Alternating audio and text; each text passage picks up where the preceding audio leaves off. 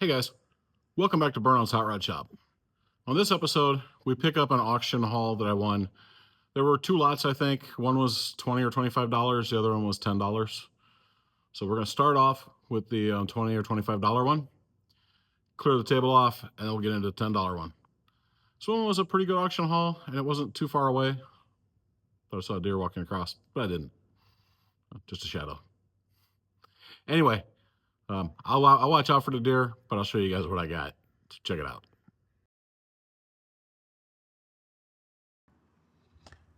All right. So like I said, this was a $20 or $25 lot. We'll start over here, I guess. Got this cool ruler. Not sure. Looks like there's a name on there. Stanley Rules. Okay. That's an old Stanley. Stanley Rules and Level Company. But it's one of these that folds this way and has the bevels. I just always thought these were cool. I usually don't keep rulers, but these I like. That'll probably go with some drafting stuff that I've got. I started my career in drafting, and then went to computer drafting. So I always keep stuff like that. Here, we got this glass scraper, and it's a wizard on glass. Kind of cool. We got this set. All the sockets are there. It's missing a few of the screwdriver bits. It is a ratcheting screwdriver. It's probably made in Taiwan or something. But a cute little set. I'll clean it up and get it in our booth. Let somebody enjoy the nostalgia of them having one when they were a kid. We got 3 dollar bin pliers and one of these guys. I won't even bother cleaning that up. It'll just go in a dollar bin. It's the multi-wrench brand. I got 2 of these. I'm not exactly sure what they are. But I know they say make a key. 3/16 and they're a square rod. So I'm not sure what specifically they're for.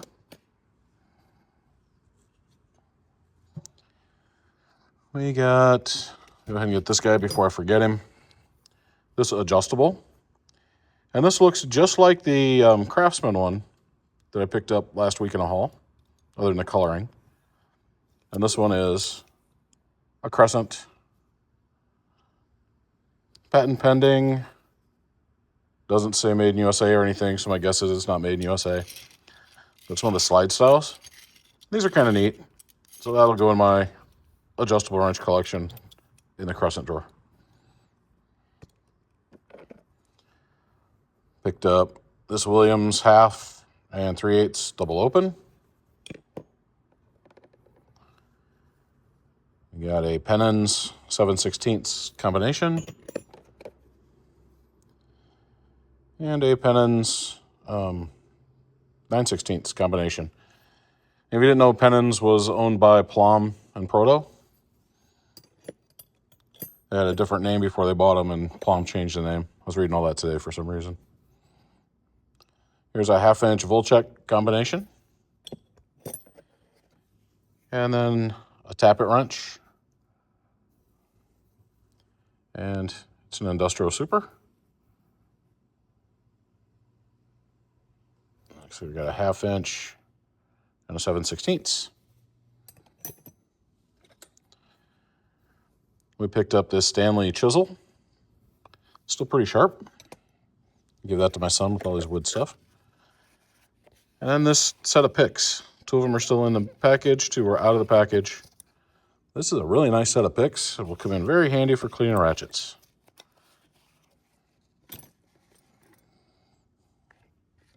And back on to wrenches. The rest of these are Craftsman. They came in this pretty mangled up pouch. I'll see how clean I can get it. But this is a double open 1/2-inch 9/16, and it is a Flying V. Here we've got a 1/2-inch 9/16 line wrench or flare nut wrench. And it's a single line V. And then we've got a full set, and they go from 3/8 up to 3/4. Some of them are flying V. We've got a 3/4 flying V, a duplicate 5/8 that's a flying V, and a duplicate half that's a flying V. Now, in that package with the Crown logo, that should have been flying Vs, I'm guessing, to begin with. But that gives me some nice Craftsman wrenches to add to the collection / marketplace haul stuff. Those guys out of the way. Next up was this kit.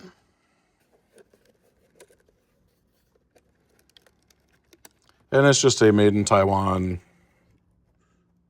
or whatever. Even though it's got red, white, and blue and says Sarge on it, I don't think it's all made in USA anywhere. Yeah. Almost complete set. It's missing a few metrics, including in the 10mm, of course. So I'll sell that for a couple dollars.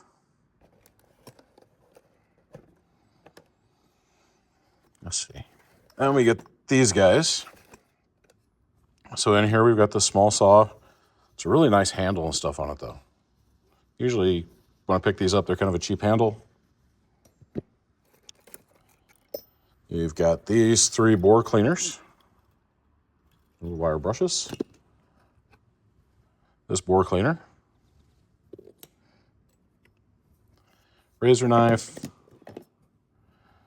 We've got a pocket screwdriver. That's a Granger.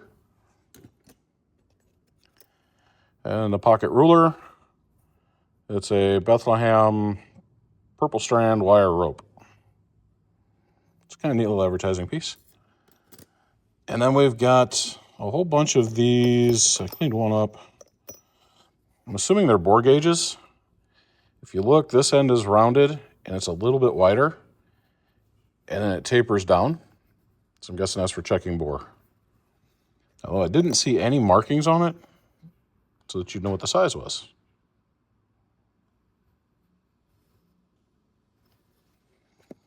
Those are all in there. One of the next cool things is this guy. It'll need cleaned up, but I will clean it up and get it for sale in our booth. And it's the quick wrench. So it's the one with the little cutout so that you can only turn it one direction. But it's kind of like the precursor to ratcheting wrenches. And it's a full set, still on the card. I've got the earlier design card, not the black and gold. And I've got a metric and US in that. And then we got the nice set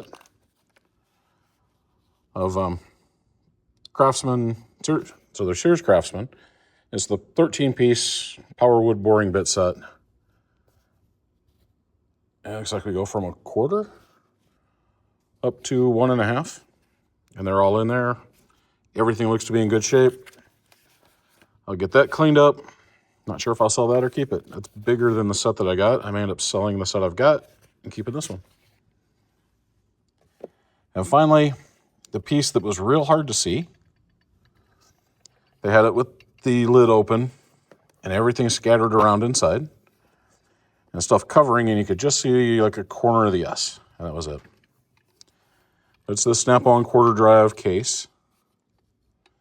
And it's got a bunch of stuff in here. So we've got this hex drive socket.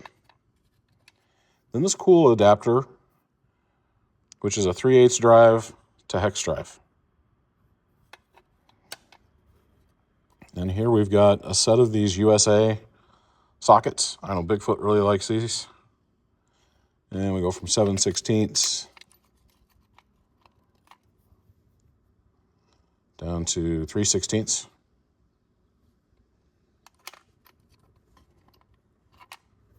And an extension. And we've got these 2 drivers. They probably actually go with these here, so I'll put those there.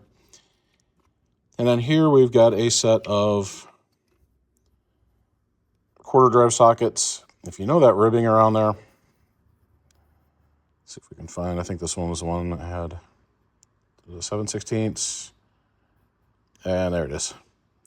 You got the D with the lines. That's Durachrome. That's the Duro Industro. And then finally, there were some snap-on sockets in here.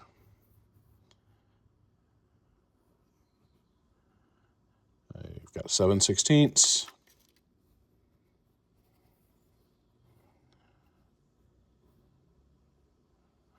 I've got fingers in the way. 3/8.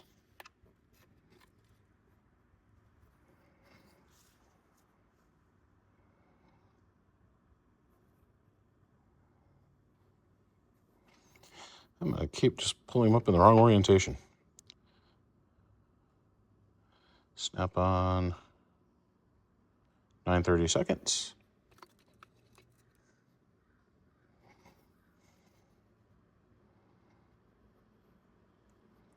And 7/32. So for a little quarter drive, snap-ons, some nice Durachromes, some nice USAs, and then the awesome little snap-on quarter drive box. So for $20 for the entire lot, I don't think I did too bad. I will grab the other lot real quick and we'll go through it. So this was the next lot in our grouping. This beat up toolbox, we'll get into that in a minute. And these two chunks of railroad track. So this is a smaller size. This one's a more standard size, like freight train. So this may be for like amusement park type trains, that kind of thing, I'm not sure. The nice part with these is they were cut really nicely. So I won't have to go back and clean that up. At some point though, I'll get these cleaned up and turned into anvils. Until then, I'm gonna dig into this Hallmark box and show you what's inside. All right, so this is what was in that toolbox. Whole lot of nothing. One of these stamped sockets. I never keep those. Pair of just drop forged USA pliers. Those will go in a dollar bin. Whole lot of dollar bin screwdrivers. I do put cool stuff in there like a Smoky Stanley. It's not in too bad a shape. There is an old shears. It'll end up in the dollar bin. We got a Craftsman. It'll end up in a dollar bin.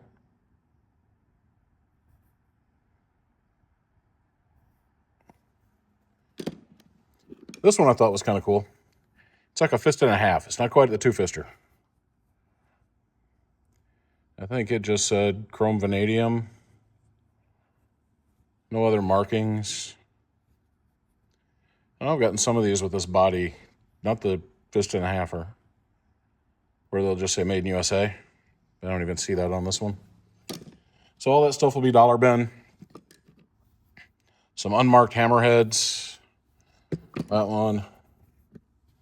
And this one, those will go in a dollar bin. So for $3 or $4, you can get a handle, have a nice hammer. Got a putty knife that'll end up in a dollar bin, at least a wood handle. And I got these hammers. These are all unmarked, but I got 1, 2, 3, 4 of those that'll go in a $5 bin. Some sharpening stones. These guys end up in a dollar bin. Got another hammer, just the tiniest little ball peen, but it is at least a Stanley, but it'll still end up in the dollar bin. As far as pliers, plier type stuff, I got these guys. They're red, and they are made in West Germany. No name or anything on them. They move nice and freely, seem to still have decent blades. Good cleanup project for somebody. But again, dollar bin. These I will keep because they're Fords. That's a keep for me. We've got a 10-inch Stilson style pipe wrench. Doesn't honestly look too bad. Doesn't look like it's been beaten on. Good project for somebody. I'd sell that one in a $5 bin with the hammers. And then this one's a 14-inch. Again, Stilson style. Still moves, still has some spring to it. Taped up handle. But I think it's just cloth tape someone put on there. Good project for somebody. Actually, it looks to be fairly straight. So that'll go in a $5 bin. And that's what I pulled out of a $10 toolbox. So sometimes I buy this stuff just for quantity, to be able to fill up dollar bins and head to the flea market and give people some bargains on some dollar bin stuff and make us a little bit of money that I turn around and dump right back into all this so that I can take more for people to get. That's kind of the name of the game for me, is I like to flip this stuff around, get people back into it, and actually people who are going to use it where it's probably sat in a toolbox the last 20, 30, 40, 80 years, whatever. Get them back in the hands of people that are going to use them and enjoy them. And all this stuff, this may be no name, made in USA from 40 years ago, but it's still better than the made in Taiwan stuff that you're going to find today and pay, $25 for a hammer that size. And finally, the last piece that was in here. It's got a little bit of the mange going on. The sun is just keeping us from focusing.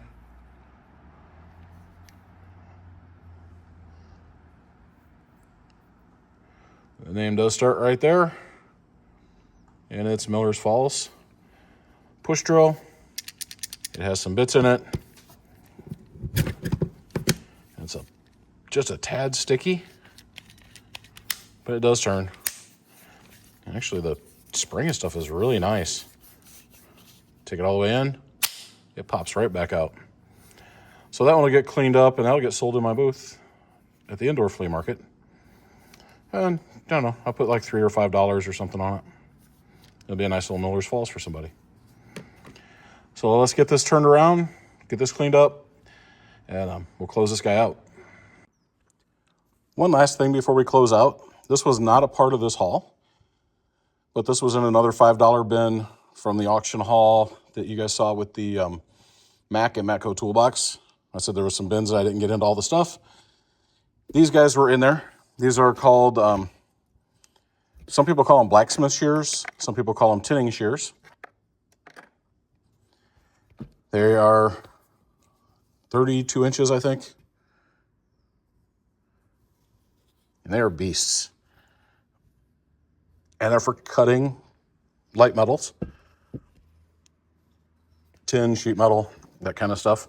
And the way they work is you've got this back edge here,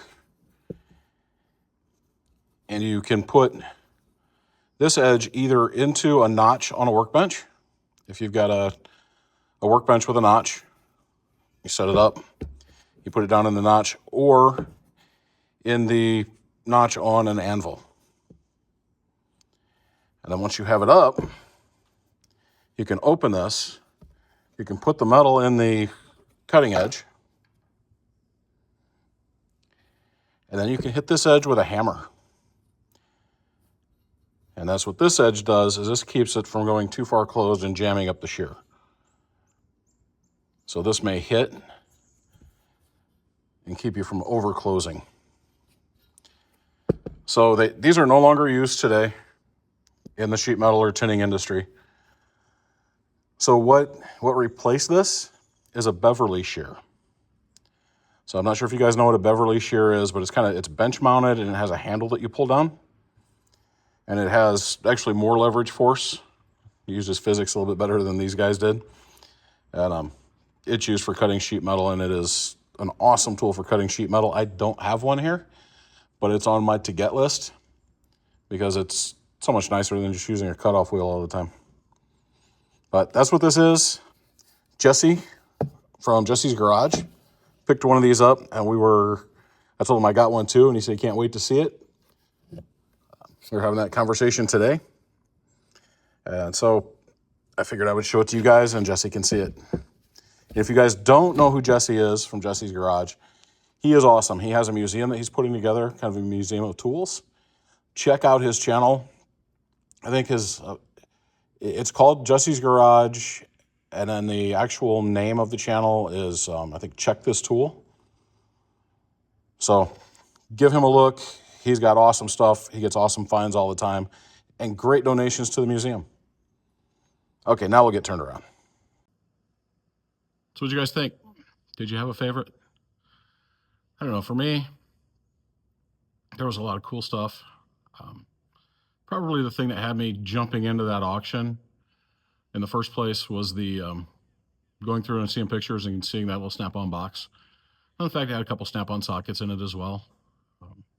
The Craftsman wrenches on the card, those are definitely cool. Like I say, I've got a set, the earlier, the kind of purple and silver cardboard. But yeah, I guess probably that little snap-on quarter drive box, just because those things are, I don't know, to me they're crazy expensive on eBay. And I just have a hard time paying, $40+ for a little metal box to put tools in. But I love tools in a little metal box. So when I see one I can get cheap that's one of the brands that I like to pick up, I make sure I go after it. But anyway, guys, let me know your favorite.